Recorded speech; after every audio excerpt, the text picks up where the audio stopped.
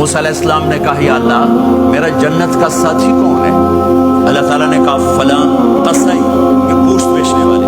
گوشت بیچنے کا پیشہ ہمارے ملک میں کوئی اچھا نہیں ہے، تھیپا میں چنگا ہوئے تو پتہ کوئی نہیں، تو وہ مٹھے لوگ کرتے ہیں، تو ادھر تو بڑا فیشن کے ساتھ ہے۔ تو موسیٰ علیہ السلام حیران ہوئے، بھائی قصائی میرا جنت کا ساتھی کیسے بن گیا؟ گئے کب کون ہے؟ کب فلاں۔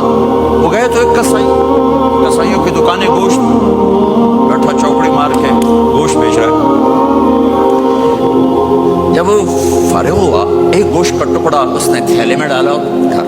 موسیٰ علیہ السلام بھی پیچھے، کہنے کہ میں آ جاؤں، کہا آ جاؤ۔ اس نے آ کے گوشت کی بوٹیاں بنا کر ہانڈی پہ چڑھایا، آٹا گوندنے بیٹھا، پھر اس کو نرم ہونے دیا، سالن تیار کیا، روٹی بنائی، تھالی میں پلیٹ میں سجا کر ایک بڑھیا ایسے لیٹی ہوئی، اس کو کہتا ماں جی ماں جی، اس کو اٹھایا، نوالے بنا کے کھلاتا رہا۔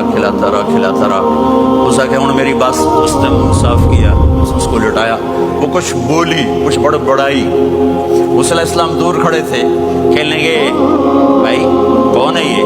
میری ماں ہے۔ یہ کیا کہہ رہی تھی؟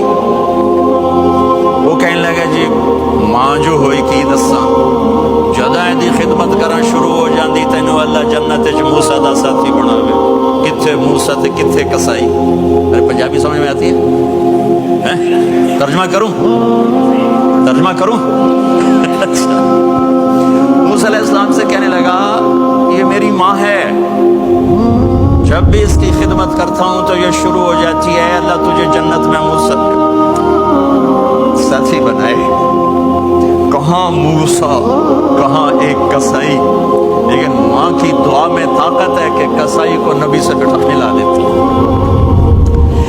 ہاں میرے نبی نے بشارتیں دی صحابہ کے لیے، نام لے کر، جس نے جنتی عورت کو دیکھنا ہو ام رومان کو دیکھ لے۔